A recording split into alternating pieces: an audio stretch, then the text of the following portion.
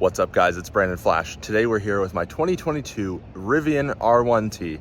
I took delivery of this truck in September of 2022. It's now almost April 2022. I've had it just over 6 months. I've put 17,000 miles on it already.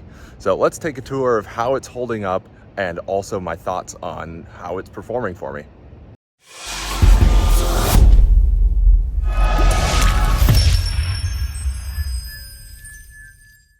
If you're new here, welcome. My name is Brandon Flash. This is my 2022 Rivian R1T.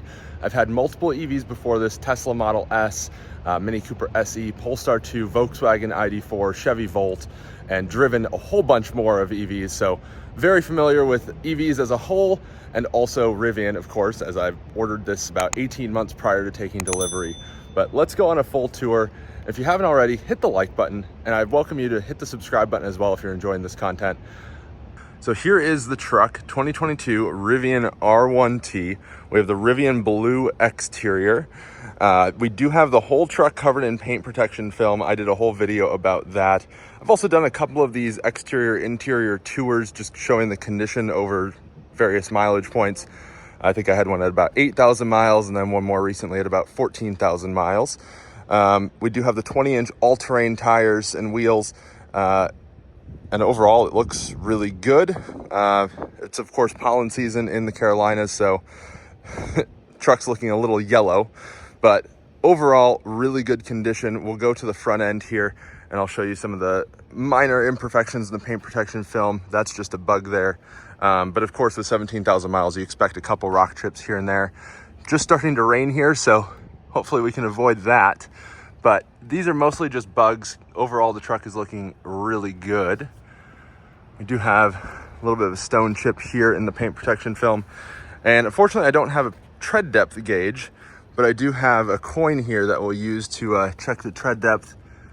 So you can see pretty decent tread depth still on the 20-inch all-terrains. And tonneau cover, of course, does still work. Again, dodging the rain here. Doesn't make the best noises, but it's sounded and performed about the same since day one.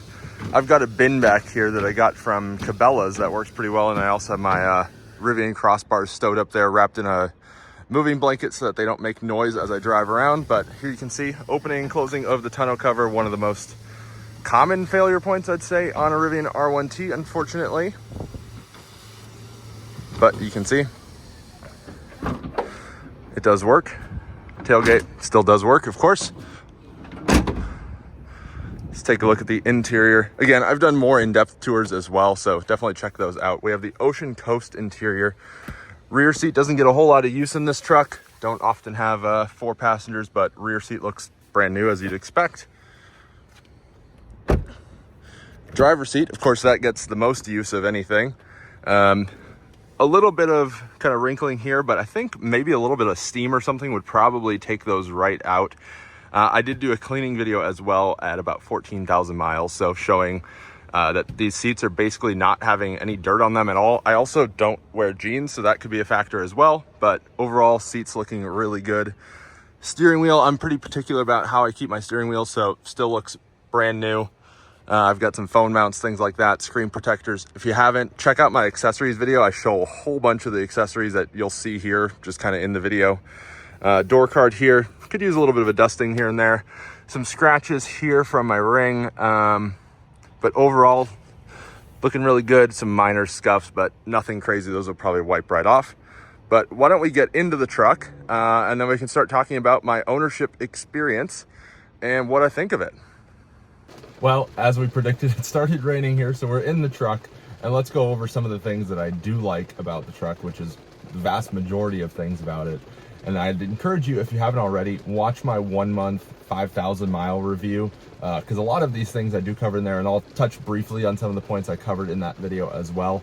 But if you want more in depth of both the likes that I'm going to cover, as well as some of the dislikes, so I'm going to cover some of the things that they haven't changed yet, that I think they could or they should change.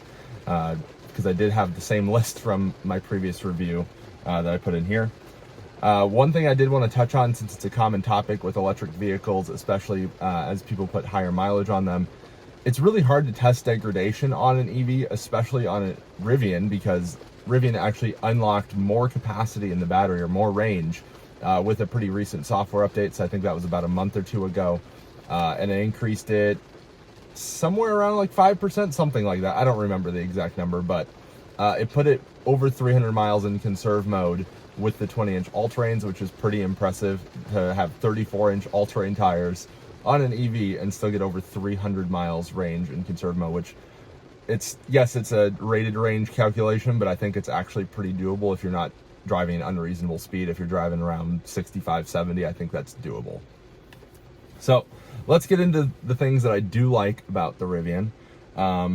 It's kind of 3 vehicles in one. I know that's kind of, I don't know, it's commonly said, but it's hard to describe fully. But it's kind of like having a Ford Raptor, so kind of an all-terrain pickup, a Tesla with all the technology, touchscreens, being electric, things like that.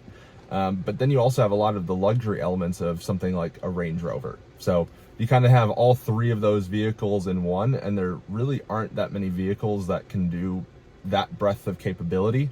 I mean, you have adjustable air suspension with adaptive dampers, you have ventilated seats, you have very comfortable ride. You can also just slam the thing down on the air suspension and hustle it through some corners if you want. Obviously, it's not a sports car, so it shouldn't try to be, but it does really well at it if you want to have some fun on a nice winding road.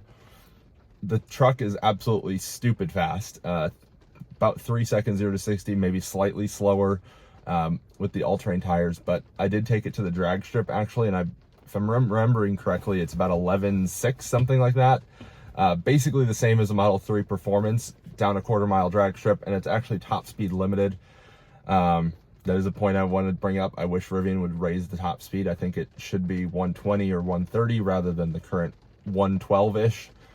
But whatever, it's a truck, so you probably shouldn't be going that fast, but I would like the ability to, especially on a drag strip.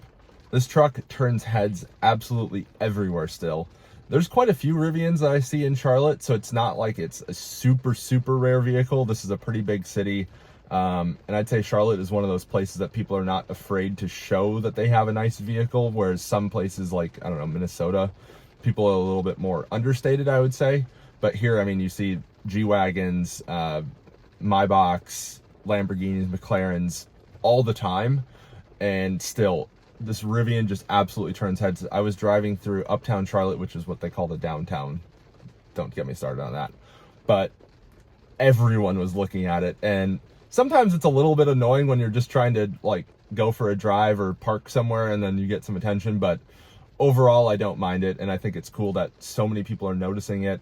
And I'd say the most common question is, who makes it? And then I tell them Rivian, and they're like, okay, well, who makes Rivian? Well, Rivian. So that question gets a little old, but I think it comes with the territory of having a vehicle from a new brand. It's kind of like if you were driving a Tesla like 5 years ago. No one knew what a Tesla was, but today pretty much everyone knows what a Tesla is, I'd say. Going on with the brand, I would say that Rivian overall as a brand is actually a pretty awesome company. They do a lot of really cool things for the community. They're really listening, paying attention. I think it's just a brand that I can be proud of representing by driving a vehicle, which cannot be said about every brand. I mean, obviously no brand is perfect, but overall I think the Rivian brand image is something that I can pretty closely align myself with as a Rivian driver. Kind of the adventurous spirit, the kind of the REI crowd, if you will. But I really like the brand, and I think they're doing a lot of good things. RJ Scringe, the CEO, seems like a good dude. I've never met him, of course, but is someone that I think I would get along with. So I like that. Again, Rivian is really listening. Sorry, I've got some notes down here, but the details that Rivian is including in their software update release notes are just crazy. They're so detailed. They list out every little change, which I just love as a nerd. I really hope they keep that up as they continue to go more and more mainstream and keep producing more and more vehicles. But it really shows that Rivian is listening to the community and implementing things that are being requested into the software updates. And it's making a significant difference. One of the biggest things recently is that they switched from Yelp or Mapbox or whatever for navigation search to actually Google waypoint search. So it's way, way, way better recently. They also implemented a share to vehicle from iPhone and I would assume Android. I haven't personally tested that. But basically, if you're in Google Maps, Apple Maps, whatever, and you're looking at a location, if you go to share, so instead of only having like messages, whatever, all the different share options, Rivian is added as an option there. And if you tap on Rivian, similar to like in a Tesla, if you have that, it'll just send it to the vehicle's nav, and then you hop in, you hit start trip, and you're good to go. You've got the address already preloaded on your navigation system. And I think that's a lot simpler way to find places rather than trying to find it on the Rivian nav. Even though it is a lot better now, it's still easier to find it on your phone. Or if someone sends you an address, for example, like if you're meeting up with people, it's just way easier to have it on your phone directly to the truck without having to type it in, search it, whatever. It just works. Kind of back to the 3 vehicles in one, nothing else on the market really can do what this truck can do with one vehicle. In most other cases, you would need multiple vehicles to accomplish the breadth of capability that this has. I mean, I've loaded up the bed with furniture. I've taken this on cross-country road trips and been super comfortable. I've blasted music. I've ripped it down a mountain road. I can't think of any vehicle that can do all of those things so well. Couple things I want to touch on from the initial video, and if you want to go more in depth on each of these points, well, definitely watch that video. But super comfortable, again, adaptive air suspension, ventilated seats, quiet cabin, great sound system, all that fun stuff. It's just a great place to pile down the miles. I mean, I've put 17,000 miles on it in 6 months, so clearly I'm enjoying it. It has a capacitive steering wheel. Again, so nice. If you watch my Model 3 rental review after about 1,100 miles, a capacitive steering wheel is just so nice because it knows your hands are there without having to do a little bit of a torque on the wheel or anything like that. It just knows your hands are there. The attention to detail overall on the whole truck, things like the flashlight, the gear tunnels with the stuff in the doors. It's just all the little things all around the truck that make you really realize that Rivian thought through this truck as they were developing it and really wanted a cohesive package and not just kind of isolated engineers for different parts of the vehicle and then just throwing it all together at the end. It actually works as a total package. Front trunk is actually super useful. My friend Alex Sabilla did a poll on Twitter not that long ago about who uses their front trunk and whether they use it or not. And basically the only people that said they use their front trunk on a regular basis were Rivian and Lightning owners because of the power frunk. Whereas most people, including myself, without a power frunk, it's really kind of annoying to use actually. And also, it's really underrated having a button on the exterior of the vehicle to open that frunk, because otherwise you have to use an app or a key fob or whatever. And I mean, Teslas don't come with key fobs anymore, so you have to use the app or open it from inside the vehicle, which is just kind of a clumsy user interface. Whereas I use my frunk almost every day in the Rivian because there's an exterior button and it's super convenient. I mean, there's also not a trunk, but that's besides the point. But I think that kind of wraps up all the things that I really like about the truck. Overall, I love the truck. It's great. I could go on and on about all the little things that I like, but those are some of the key points, I would say. But let's go into some of the things that Rivian, I wouldn't say are bad necessarily, but has room for improvement on. The charging is improved significantly. If you've watched some of my previous videos, you've seen that it derates pretty significantly as the battery gets hot. Rivian seems to really be listening on that and improving things. It's still not perfect, but it's really good now. You can get about 70% or like single digits to 70% in about 30 minutes, which I think is totally acceptable for such a large battery. That's adding somewhere around the 80-90 kilowatt hour range in about half hour, which is nothing to complain about. The suspension is a bit loud, so I have to go over, I think 11 speed bumps, something like that, getting into the parking garage at my apartment, and the suspension is just a bit loud. I think they could just have a little bit more isolation, maybe sound deadening, something like that, but it just doesn't feel 100% like a luxurious vehicle with the noises that the suspension makes. And I don't have any concern about it like falling apart, but I just think that it could be a little bit more refined, I guess is the way to describe it. And then here's the list I have from my previous 1 month, 5,000 mile review. Just things that I think Rivian still needs to implement either via software or via hardware changes as they continue on. This is about an 11,000 VIN, so I do still have 12-volt outlet under the dash and in the front trunk, which they've removed now on all the new ones going forward. I find a little strange. And I do have the Meridian sound system rather than the new Rivian sound system. So I haven't heard that yet. I hear it's just as good, if not about the same. So I wouldn't be concerned about that personally, but let me go through this list. I'll kind of just rapid fire them to an extent. You still can't have driver profiles without adding someone as a driver. So I like to have profiles for various things. Like I'd like to have a profile for when I'm charging with the steering wheel all the way in. So if I want to use my laptop, but I can't just add another driver profile. It has to be linked to a driver, which means sharing app access to the truck, which is a little silly. I guess I could just make fake accounts, but very clumsy.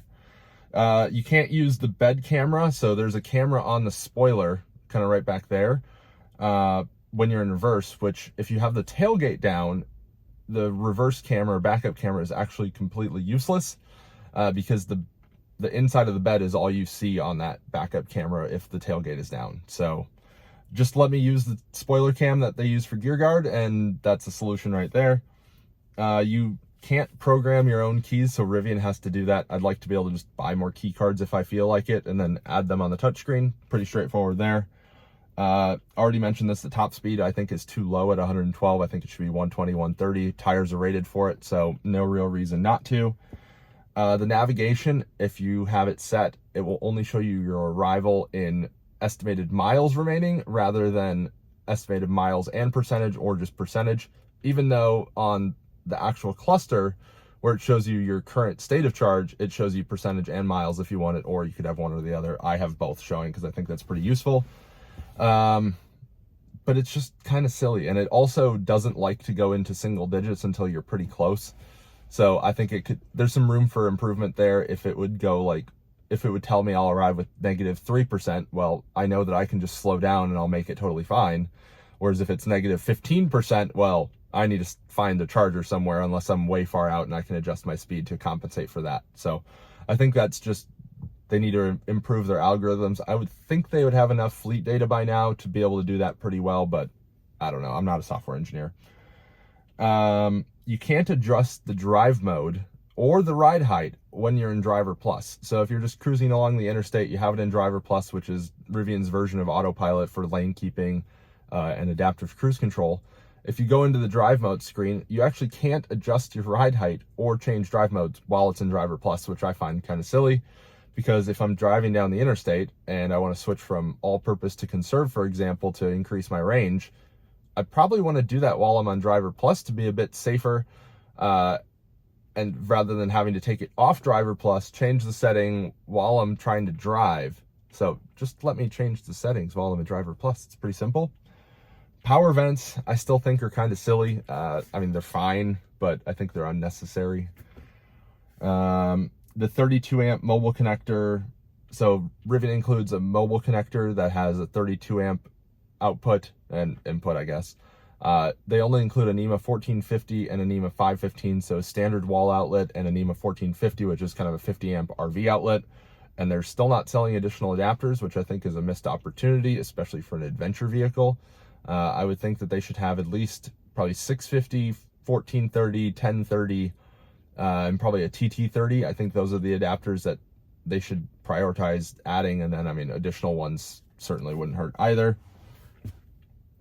The outlets, so the 120 volt outlets, they only stay on for 24 hours if you turn them on, which I think is a little silly, but probably for the best, because it does seem to increase the drain quite a bit when you have them on.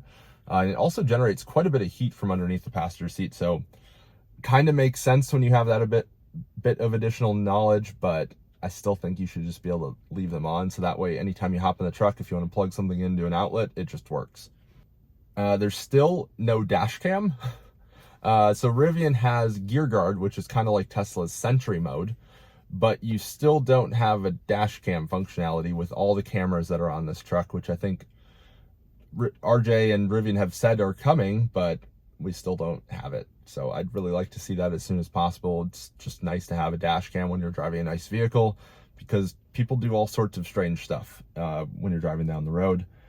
The app has significantly improved. They've now added that you can change the charge limit. You can now like use some of the functionality, so you can open the bed, you can open the gear tunnel, or I don't think you can do that. But you can open the power frunk, things like that. Huge improvements to the app, but I still think there's room for improvement more. I'd like to see door status, so if there's doors open. I'd like to see the location of the truck in the app rather than just being able to click a button and then see it in Apple Maps or Google Maps. I'd like to see it live in the app, so that way you can actually see if it's moving, whatever. I'd also like a way to view the cameras on the truck via the app. So hopefully that will come when Rivian rolls out their Rivian membership, which I think is supposed to come out sometime in April. So we'll see how that goes. There's really no way to secure things in the front trunk, which is a bit silly. If you watch my accessories video, you saw that I added some magnets to the, I guess the rearward of the front trunk where the subfloor would stick up. So I added a way to secure things to the front trunk, but there's otherwise not a real way to secure it. And it's a pretty wide open space, so things will flop around quite a bit if you don't have anything securing them. There's still no since last charge or this drive trip meter. You still only have trip A, trip B, which is fine, but I'd really like to be able to see how far I've driven on that charge and how far I've driven that drive. I think that's a pretty basic request that I think Rivian can do. You can only view the efficiency on the instrument cluster for the last 15 minutes, which again is very silly. I don't know why you would use minutes as the metric or as the time frame for that. Use miles, please. And I would like to be able to see it adjust from 5, 15, 30. Again, just like Tesla, please just copy what works and what people are used to. Yeah, not difficult there. You can only have one widget of sorts on the instrument cluster, so you can cycle on the left side between your last 15 minutes efficiency, tire pressure, and your nav. But I'd like to be able to have like my efficiency on the right side rather than the speed, maybe move the speed towards the center or something. I'd like to be able to have two things going on the instrument cluster at once. I'd really like a manual precondition button for the battery system for going to a DC fast charger, because Rivian's nav is pretty good. It has a lot of DC fast chargers, but it definitely doesn't have all of them. And I'd like a way to manually precondition. And in Charlotte, North Carolina, it's not a huge problem because the climate's relatively mild here. I'll probably get close to peak speeds pretty much no matter what, unless it's like one of the coldest days of winter. But if you're in an area like Minnesota, Canada, Northeast, whatever, you definitely need a way to precondition the battery, or it's not going to be a fun charging experience. I'd like to be able to select apps for the bottom bar on the main cluster, or not the cluster, but the main touchscreen. So right now it has the first 4 buttons are fixed. So you have navigation, media, drive modes, vehicle, and then the 5th position shows your most recent app, and then that 6th position shows you just your dots to pull up the rest of the apps, and it just cycles between what is most recent. And I'd like to be able to just have more of them show, or at least select another one maybe. Minor details there. I'd like a pop-up when changing time zones, so I realize that's a pretty obscure request. So if you're on a road trip crossing through time zones, I just want it to tell me, hey, welcome to Central Time Zone, welcome to Eastern Time Zone, whatever. Just so that you realize that the time did change on the truck. Maybe just have it show that, auto dismiss after like 2 minutes. Little things. Very nitpicky at this point. I'd also like, in regards to phone key, I'd like it to indicate which phone is connected and is the active key that is essentially authenticating the vehicle. And I mean, there could be multiple, I suppose. But otherwise, it just shows iPhone. And when I got my new phone quite a few months ago, it was kind of tricky to figure out which was my old phone and which was my new phone. And on that topic as well, Rivian only allows 2 phone keys to be set up with the vehicle. So a little weird. I'd also like to be able to have in the app a way to remote start the truck without phone keys. So similar to Tesla, where you can just start it, authenticate with password, Face ID, whatever. And then it just is, you can hop in and it's ready to drive for 2 minutes. I think that's a pretty nice function to have. So say if I'm traveling or whatever and I need a friend to go move my truck, Well, I'd like to be able to just pull up my app, unlock it, start it, and have them be able to drive it as they need to, without having to have a key card or anything like that. Because right now I can unlock the truck for someone, but unless I like stash a key card somewhere in the truck, which I guess I could, they'd have no way of driving it, which I understand the security benefit of that, but I would like that functionality. I think it's very useful, especially with phone key being the primary function, because I think that's a good backup. Even though you are supposed to carry a key card or the key fob, not 100% of the time will everyone do that. So it's nice to have yet another backup way to be able to start and drive the truck if for some reason phone key or whatever isn't working perfectly. I'd really like a show and tell mode that adds a lockout from drive. So right now Rivian has a pretty handy feature called show and tell mode, which leaves the lights on, leaves the touch screens on, things like that until you start it again. But I'd like a way, kind of a step above that, that adds a pin to start, because that way if you're at a car show, like a Drive Electric Week, whatever, and you have kids that you're letting in and out, if the key is nearby or if you're also in the truck, potentially someone could just put their foot on the brake and actually start the truck and maybe even put it in drive, which could be dangerous. So I'd like a show and tell plus pin to drive, if that makes sense. And I think it really does make sense. Again, with the app, I'd like to see the charge curve that it logs retained in the app, or a way to like have an API that something like Teslafy could retain a charging log. Because right now the Rivian app shows a charging curve in the app, but it disappears when you're done charging, which is really kind of strange. I'd like to save that data. Really nitpicky, you can't name the truck, which, okay, whatever, it doesn't really matter. But if you have more than one truck, or if you have an R1S and an R1T, maybe you want to name them. It'd be nice to just have a name for the vehicle that then shows up in the app. Just minor details. And I still think the camp speaker should come out on the back of the console rather than on the front of the console, because often I have stuff in the bin in front of the console, and it's kind of annoying to get the camp speaker out, and in turn I barely use it. Whereas if it was on the back and I could more easily access it, I think it would be a lot more useful. And now that we've talked about both the good and the bad, I do want to talk about the service experience as well. So I've had a couple of interactions with Rivian service. I don't know why I said Tesla. I was reading Twitter there for a minute. One of the most common things people ask, my tonneau does still work, as I showed you in the exterior tour, so no complaints there. I haven't heard any update from Rivian on when they're going to have an updated tonneau. I know they said early 2023. We're getting towards mid 2023 at this point, so hopefully we hear something soon. I mean, I'm not personally too concerned, but I know a lot of others have had tonneau issues.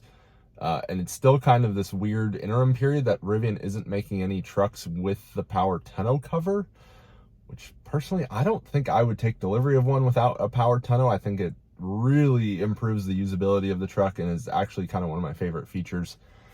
I've had a couple interactions with mobile service. So they've come to my office. My first interaction with mobile service was actually kind of like a week and a half, 2 weeks, something like that, after purchasing the truck when I was in Colorado. This was before they had that suspension bolt recall, that they were retorquing them, but they actually called me at 7 o'clock in the morning. They thought I was in Eastern time, so understandable. But I was in Colorado, and they actually came to Kyle's house from out of spec and inspected my suspension. I was part of an engineering study is what they called it at that point. And they pulled my wheels off, checked those bolts. And I was one of those first trucks, and I think it was about a week or so later, 10 days, something like that, that they actually announced that as a recall across, I think, every vehicle made up until that point. So really positive experience there. They were super prompt. They came right out that same day. They were out within like 2 hours, but also that was by their request, so that makes sense. So they ended up taking care of that recall officially at my office here in Charlotte. So I just scheduled it. They came via mobile service. Guy pulled up in a rental car because he was just out doing a bunch of them. I think he flew in and was doing a bunch of them because all you need is a torque wrench to do it. Was done in like 10 minutes, if that. So super easy there. I also had mobile service come out to replace my spare tire wheel because it actually had some scrapes on it. So no big deal there. They came out, just took care of that, easy peasy. And then if you recall, I had a whole video about my service experience with the underbody panel coming off. So the first step of that was they sent a mobile person out to inspect if it could be done via mobile, but ended up not being able to be done via mobile, so that I had to go to Atlanta. I have a whole video going over that service experience. Overall, it was positive, but a bit time intensive, but that's kind of my own doing. I live in Charlotte, near service center is Atlanta, so I knew what I was signing up for. If you want to know that full service experience, the full list of things I had them go over because it was there, definitely check out that video. I'll link it somewhere, description, pin comment, something like that. And then most recently, I had mobile service come out to my office for the axles being kind of creaky at low speed. So if I was driving kind of around the parking lot, had my windows down, I could hear a lot of creaking from the suspension as I was kind of either going forward or reverse as I was getting going. Pretty annoying, not functionally a risk, but very annoying. So they fixed that. They also took care of the most recent recall, which was a seatbelt sensor inspection of some sort. I didn't look into the exact details, but I had them take care of that while they were here. They scheduled me from, I think, 9 to noon was the window, something like that. I usually get to the office somewhere around like 8:45 to 9:15, so I figured it wasn't a problem. And they were there right at 9 a.m. I rolled in at about 9:05, so the mobile tech was waiting for me as I arrived. Jorge, the service tech that seems to service Charlotte, he's a great dude. He's been the guy that has come out for all of my service visits in Charlotte, and great guy. Could not be happier with the service I get from him. But overall, Rivian service has been super good. Hopefully I don't have any major interactions with Tesla, or why don't I keep saying Tesla service? With Rivian service. But if I do, I know that it'll be hopefully pretty positive. So let's wrap this video up of kind of my overall thoughts after 6 months, 17,000 miles. If you haven't already, I'd encourage you, hit the like button, hit the subscribe button for more Rivian content, things like that. Helps boost it in the algorithm and yeah, helps the channel. So what is next for me with the Rivian? I really like the truck. I do plan to keep it probably for a while. I think if I get a really good offer that would be hard to turn down, I would be tempted to take it if I could get more than I paid for it, and I've put this many miles on it, things like that. But also, I think it would be hard to find this spec again, and obviously I ordered this spec and really like it, so I'm a bit torn because it would be nice to have a little bit of a cheaper vehicle and have a little bit more cash flow, get something like a Tesla Model 3 Performance on the used market for in the 30s. And I could do that, but then I would be driving a Tesla Model 3 instead of a Rivian. So you kind of have to pick your battles. I think I'm going to keep the Rivian for quite a while. I showed the tire wear. I think probably in the next 10,000 miles or so, I'm going to need to replace those. Probably going to get some Nokian 1HTs or something similar, kind of a more road-oriented tire, but also seemingly a bit more durable, it seems. The 1HT is actually kind of just a general like highway truck tire, but has some Kevlar banding, things like that, that make it more durable and probably less prone to punctures. I haven't had many punctures. I did have a sidewall cut in the first 1,000 miles, which was a bit annoying. But whatever. I did purchase the discount tire certificate, so if they need to be replaced, they can be at, I think, no cost to me or very low cost, whatever. But what do you guys think? Should I keep this truck long term? Should I maybe get a refresh Model 3 when those come out? That could be tempting. We'll see what that ends up being like. But this truck is just awesome. Everywhere I go, people compliment it. It drives great. I think it's just a vehicle that's really well suited to me. You guys on the channel seem to like it a lot, so that's obviously part of a reason to keep it. But I would love to hear what you guys think. Comment down below. If you have a Rivian, how are you liking it? If you're considering a Rivian, hopefully this is maybe helpful to you. But thank you guys for watching. And again, if you haven't, hit the subscribe button, hit the like button. I'll see you on the next one.